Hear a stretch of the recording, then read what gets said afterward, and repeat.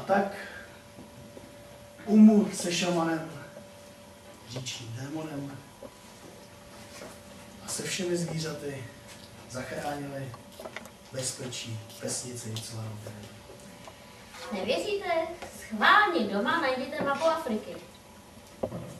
Nalezněte v pralese ten nejopuštěnější kout.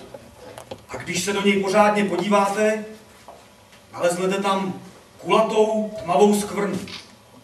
Vypadá to jako kaňka, ale není to tiskařská chyba. Je to místo, kde ještě nikdy žádný cestovatel nebyl a tak ho nikdo nemohl zakreslit do atlasů a map. Tam žije už velká Umu ve své vesnici, která je i s okolím chráněna kouzlem říčního démona.